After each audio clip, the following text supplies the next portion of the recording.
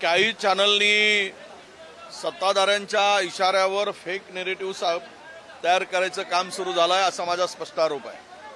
काँग्रेसची 9 मतं बुडणार हा जावई शोध आणला कुठून? काल 35 आमदार 37 पैकी आमचे उपस्थित होते।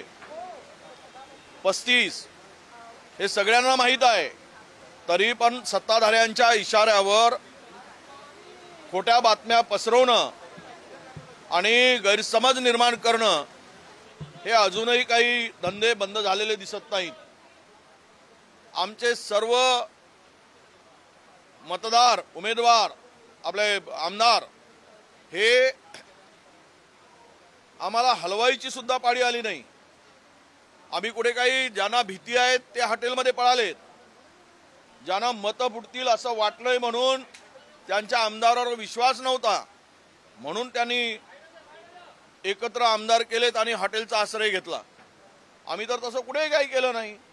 आमचे सगळे आमदार आपापल्या घरी होते आणि यामध्ये 3ही उमेदवार महाविकास आघाडीचे निवडून येतील। आम्ही त्या पद्धतीनं आमचे सर्व सदस्य आपले मतदार आमदार आम्ही एकत्र ठेवलेले आहेत, त्यामध्ये कुठेही गडबड नाही।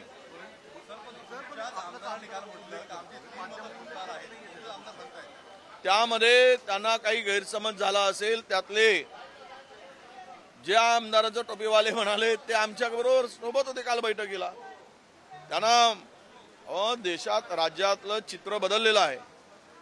आम्ही 31 जागा जिंकल्या आहेत, त्यामुळं जनतेचा कौल कोणत्या बाजूला आहे त्यांना कळतं। त्यामुळे हे भांबावले आहेत सगळे सत्ताधारी, त्यांना काही कळेना असं सुचलंय म्हणून सगळे अशा पद्धतीचा खोट्या अफवा पसरवत आहेत। पण मला पूर्ण सांगेल की मी त्यातील सगळे आमदार आमच्या बरोबर होते। एक झिशान सिद्दीकी त्यांच्याशी सुद्धा संपर्क झाला आणि एक अंतापूरकर हे 2 आमदार सोडलेत तर सर्व 35 आमदार होते। हे दोनही आमदार काँग्रेस बरोबर राहण्याचं त्यांनी सांगितलं आहे। तुम्ही अंतापूरकरांशी बोलला आहात का? कारण त्यांचं एक नाव घेण्यात आलेलं आहे की ते आमचं बोलणं झालेलं आहे, ते काँग्रेस सोबत राहणार आहेत। त्यांनी आम्हाला, कारण अशोकराव गेल्यानंतर त्यांनी त्यांच्या सोबत ते होते, त्यांचे वडील त्यांच्या सोबत होते, त्यामुळे तो गैरसमज निर्माण झालेला आहे।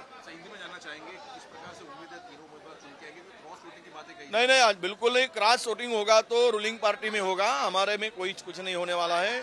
हमारे सभी एमएलए एक साथ है, हमारे एमएलए पे विश्वास है और विशेष रूप से हमारे तीनों भी महाविकास आघाड़ी के तीनों उम्मीदवार चुन के आएंगे और पहले ही इसमें चुन के आएंगे। इतने वोटों की भी हमारे पास में पूरी व्यवस्था है और इसमें जो एक कांग्रेस के वोट फूटेंगे करके जो कुछ बातें फैलाई जा रही है झूठ है। ये पूरा का पूरा चैनलों में ये बातें गलत तरीके से बताई गई है, इसमें कोई तथ्य नहीं है।